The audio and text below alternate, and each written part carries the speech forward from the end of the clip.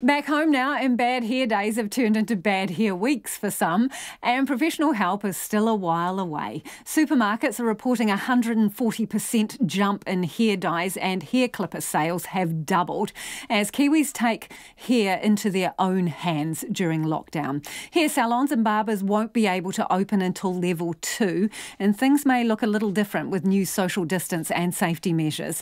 Our cameraman Nick Monro and reporter Nita Blake-Persen filed this report. As the lockdown's gotten longer, so too have New Zealanders' locks.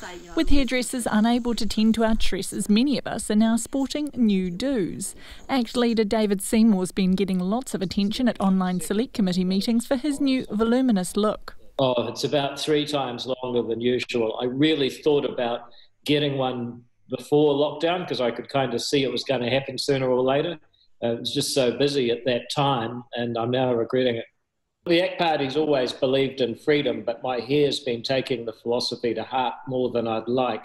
And so I've thought it's actually time to institute some rigorous control. So every morning I get up and I wash it to soften it up and then beat it into a shape that's vaguely coherent.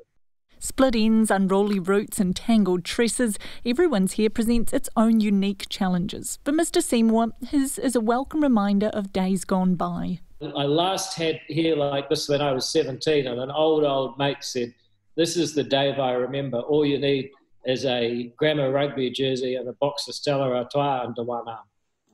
Some have found it easier than others to wait until they're reunited with their hairdressers. Kind of over it, and I'm kind of over this. I literally haven't brushed it in 2 weeks, so I'm gonna cut it off. Don't have any scissors though, so I've got this knife. For Hamilton woman Corrie Walker, it was a case of desperate times and desperate measures. She used a kitchen knife to hack off her shoulder-length locks a few weeks into lockdown. If you're wondering, no, I'm not having a mental breakdown. A somewhat drastic measure at the time, she definitely doesn't regret it. It feels nicer, not having to stress about the hair. But when lockdown lifts, she says she may get some help in finishing the job. Maybe just tidy up a bit, because there is bits where it's like shorter hair and there's like a couple of longer strands, so I'll definitely get it tidied up. I think if you are in my boat and you've done it and you do need to get it fixed up, then just pre-warn them, don't just rock up. But they definitely won't like that. The owner of Wellington Hair Salon, Miss Fox, Karen Madam, says she's had a few clients attempt to take their hair into their own hands. I've done lots of Zoom, like the Zoom or the house parties with clients.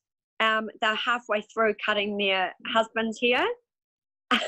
So actually teaching them, going through step by step, or and there's been a few home colours.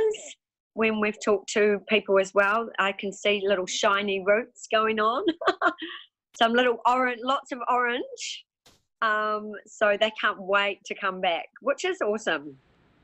Countdown has reported a 140% increase in its hair dye sales during lockdown. Shades of blonde are apparently proving the most popular. The warehouse says hair clipper sales have doubled.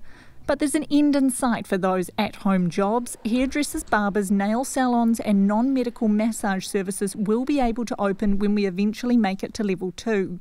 Government advice recommends against magazines and refreshments being served, and Karen Madam says there will be fewer people in salons. We do have to touch our clients, and it's something that we can't do here without that. So it's better to only go into when it's safe for us and when it's safe for our clients as well. They talk about the sanitising of the salon, washing your hands, all of that sort of thing. Clients don't come in if they're sneezing and coughing. That should really always be happening.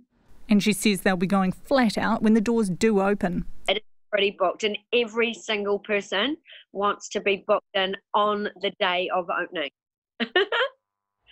The appointments couldn't come soon enough for salons who are desperate to get back to business and put those bad hair days to rest. For Checkpoint, Nita Blake-Persen.